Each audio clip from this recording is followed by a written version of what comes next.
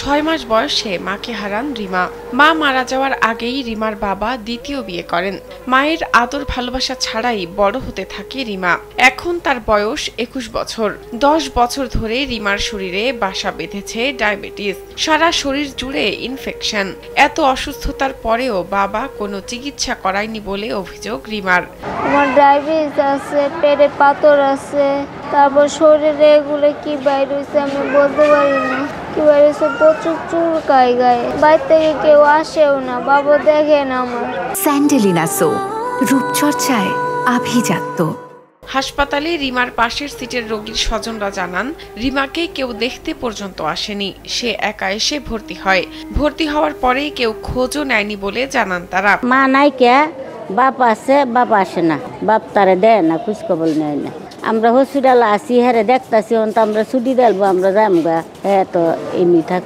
আশপাশের রোগী ও তাদের স্বজনদের দেওয়া খাবার খেয়েই হাসপাতালে দিন কাটছে রিমার।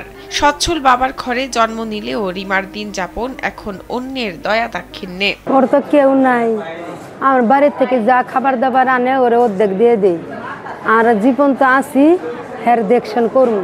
ময়মনসিংহ মেডিকেল কলেজ হাসপাতালের মেডিসিন বিভাগের সহযোগী অধ্যাপক ডাক্তার ফয়সাল আহমেদ জানান, রিমার শরীরে জটিলতা রয়েছে, ডায়াবেটিস নিয়ন্ত্রণে নেই।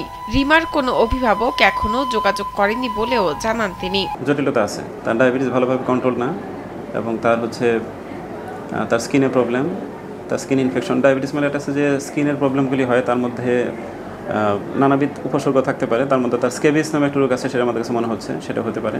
আমরা স্কিন বিভাগে কল দিয়েছি, তারাও তাদের ওপিনিয়ন দিয়েছেন। সেই চিকিৎসার সাথে আমাদের চিকিৎসা সমন্বিতভাবে চলছে। গার্জিয়ান কিংবা সেরকম সাপোর্ট কাউকে পাওয়া যায়নি। তো আমরা নিজেদের দায়িত্বে হাসপাতাল থেকে আমরা তার দেখভাল করা, খাবার ব্যবস্থা এবং পরীক্ষা নিরীক্ষার ব্যবস্থা আমরা এখান থেকে করতেছি। রিমা আক্তার নেত্রকোনার দুর্গাপুর উপজেলার বিরিশিরি ইউনিয়নের বাড়িকান্দি গ্রামের শাকিল আহমেদের মেয়ে। মেয়ের অভিযোগ অস্বীকার করে রিমার বাবা জানান, রিমাকে তিনি সবসময়ই আদর যত্ন করেছেন। সে একাই বাড়ি থেকে বের হয়ে গেছে। তাকে বাড়িতে নিয়ে আসার ব্যবস্থা করা হবে। বাড়িতে না বইলে আমি নিজেও জানি না সে ময়মনসিংহে গেছে। আমি বাড়িতে বাইরে হয়েছি, বাল্য তারে বাবু মাটা কইয়া বিদায় নিয়েছি। বিদায় হয়ে আমি বাড়িতে বাজারে গেছি। কতক্ষণ পরে আমি খবর পাইছি যে সে হলো ময়মনসিংহে গেছে গা। কারো সাথে বলে নাই। আমার বাড়িতে ছোট মেয়েটা ছিল, তারেও বলে নাই। আমি তো জানিই না সে হলো ময়মনসিংহে গেছে গা। গিয়া এই যে এডমিট হইলো। পরে মোবাইলে কথা কইলাম, হ্যাঁ আমি নিজে অসুস্থ, যাওয়ার মতো সুযোগ নাই।